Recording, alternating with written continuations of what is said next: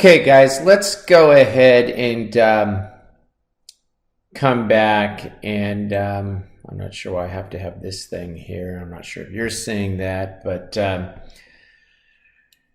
Murphy's Law is in full operation here today. My other machine decided to stop working on me in the middle of our presentation. And so now I've got this nonsense here, which I don't want. I don't know if you can see that, but let's see if I can just pull it down here. Maybe is a better place for it. And if you're seeing that, I apologize because it's a little annoying, but at least I'm recording now, I hope, I guess. And so you're now, if you're seeing this video, realizing that this is part 2 because the other machine stopped working. So I had to put it over there and bring the new machine over here. And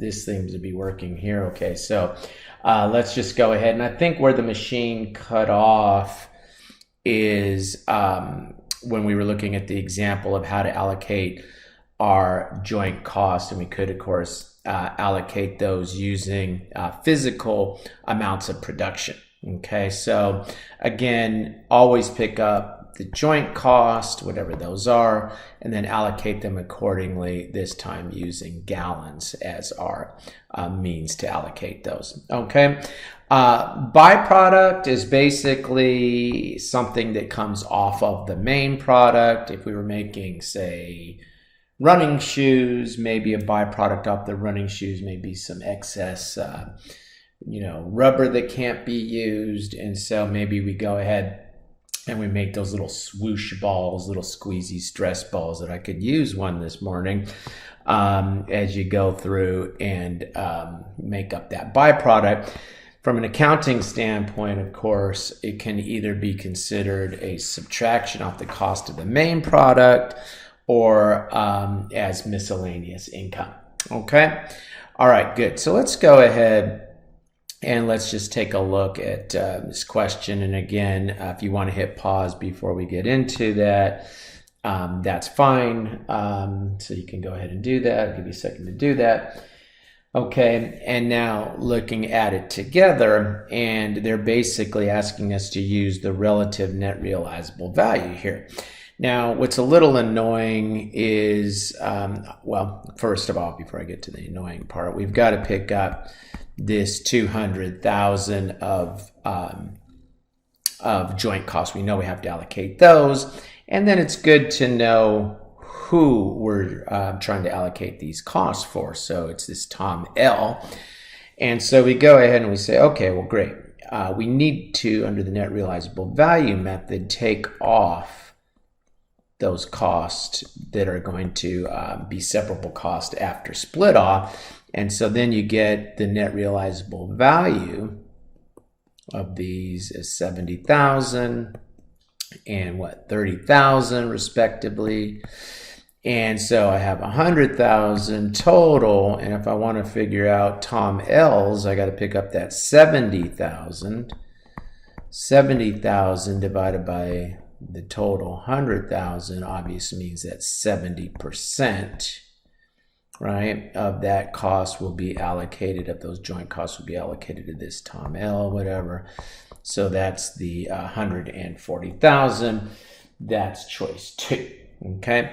Now this next question, I think you can tell that somebody in Becker wrote this because they got cute using teams that play in Houston, Astro and Texans. And when I look at this, I get confused because they give me 2 answers that basically contain the same numbers with different order, but they don't indicate to me, well, who's Astros, who's Texans. So somebody was driving drunk when they wrote this question, in my opinion. But anyway, we have this, 120,000. I know I have to allocate that. They're basing it on gallons, and then they want me to figure out, well, who should get what.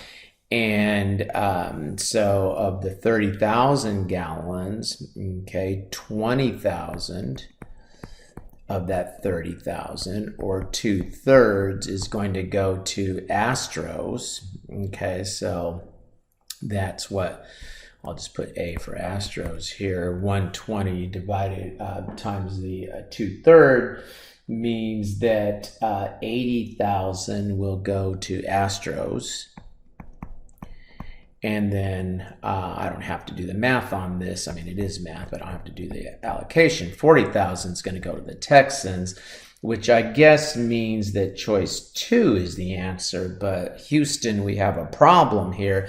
You know, if they gave this on the exam, I guess you'd go with, you know, choice 2 here. But the exam's not going to do something stupid like that. Somebody in Becker wrote that question and lost themselves along the way. Okay. All right. Good. That's all right. You won't see nonsense like that on the exam. I can tell you that. The exam's not going to make that mistake. Okay. All right. Good. Let me go ahead and hit pause for a second, guys. I'll be right back. Okay. Good. So I want to go ahead and I want to jump us, okay, a little bit here over to the discussion of budgeting. Okay.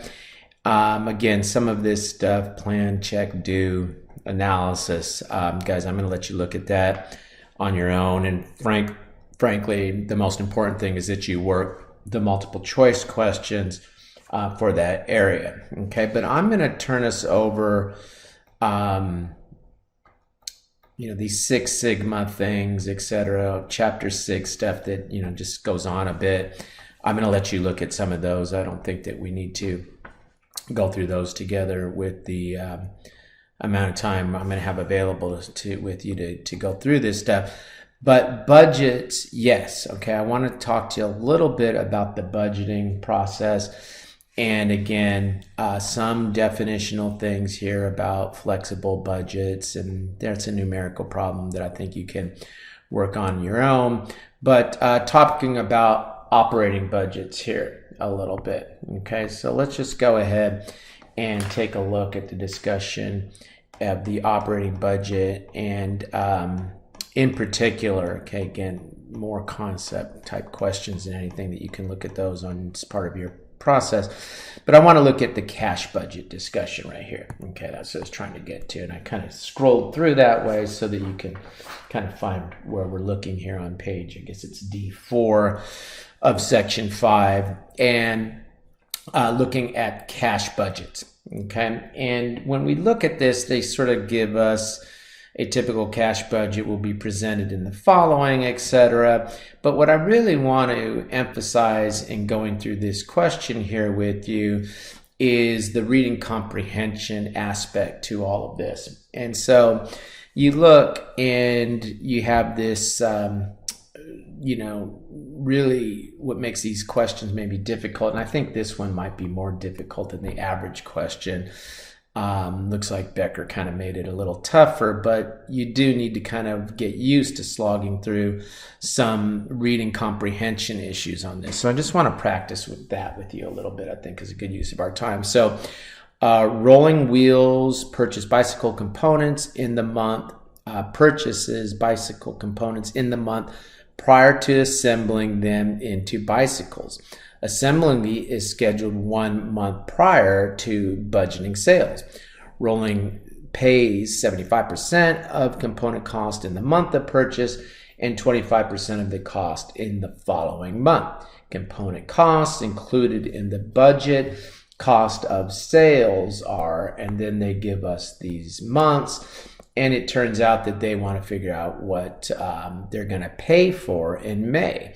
So what's going to happen? Well, they're going to pay 75% of what they buy in May, and then 25% of apparently what they bought in April, okay, will be paid in May. Okay, now your instinct is to start to look at, well, what are their costs of sales in May and April? And that would be a mistake, right? Because they're buying this stuff before they actually need it, okay? So now the question would be, well, what do I have to buy in May so I have this stuff for what? for June's assembly to cover July sales. So if that's the case, I need to pick up that July sales number of 8,000. Okay, the July sales number, because what? I'm going to buy that stuff in what? In May, so it is available in June so that it can be assembled in June to be sold in, then the bikes can then be sold in July. So I would buy 8,000 of stuff in May to cover me for July, right? Because I'm going to have that stuff available in June so I can assemble in June and sell it in July. And then I'm going to pay what? 75% of that in May, okay? Because you pay 75% in the month that you purchase it, and you're purchasing not for May, you're purchasing for July, right? And so you take that 8,000 times 75%, that's 6,000. Let's do the math on that one. And then I got to figure out, well, wait a minute, they're going to pay what? They're going to pay 25%, just reading the problem, of stuff that they had purchased in April. Well, what's going to happen? I'm going to buy in April stuff that I need, what? So that I can have it assembled in May to sell in June, right? So that's this right here. So I take that 7,000 now. Okay, don't need that extra zero. And I multiply that times, and I'm paying 25%, not 0.25, but I'm paying 25% of that. Okay. Put the percent, I don't need the point. I'm paying 25% of that in what? I'm paying 25% of that, which was purchased in April. I'm paying that in May, all right? So I go ahead and I do the math on that, and that gives me 1,750, okay? Okay, good. So when I do the calculation, of course, now I've got some weird delay going on here because everything's going to happen today. I go ahead and I've got 7,750, which is choice number 3 here. Okay, so I don't have a lot to say technically about how you do these, cash budgets and whatnot. But I'm going through this question with you so that you get the sense as to the reading comprehension aspect of this and how you have to think through the various elements of these. Okay? Okay, good. So let's go over now to the next big area, which is variance analysis. And I promise you,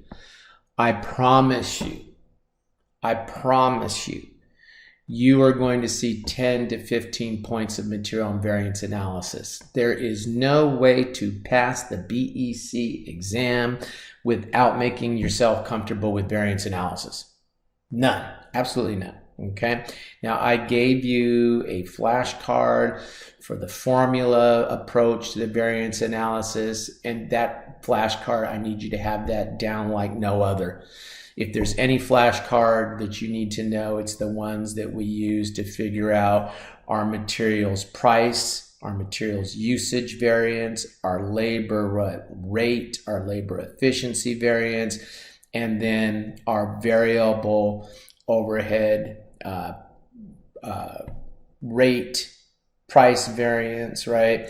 And our variable overhead usage variance. And then there were a couple more variances back there that are less commonly tested, dealing with our fixed overhead and then our sales variances, okay? But you need to have all of those variances down, the materials, the labor, and the variable overhead being the 3 main tested ones, but you need to know those others as well. So dig out from chapter, I think it was chapter, but I forget the chapter now where we looked at it. Was it 3 or 4? Wherever we looked at that, you need to dig that information out and you need to put that on the top of your flashcards. Got to know the variance analysis, okay? And you got to know those formulas, okay?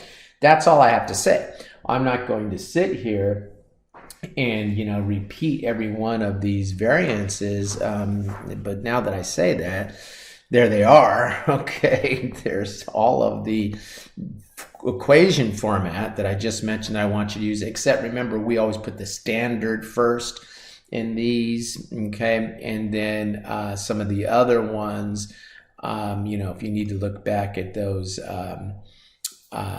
you know, at those. And guys, because everything's going to go wrong, my camera just stopped working.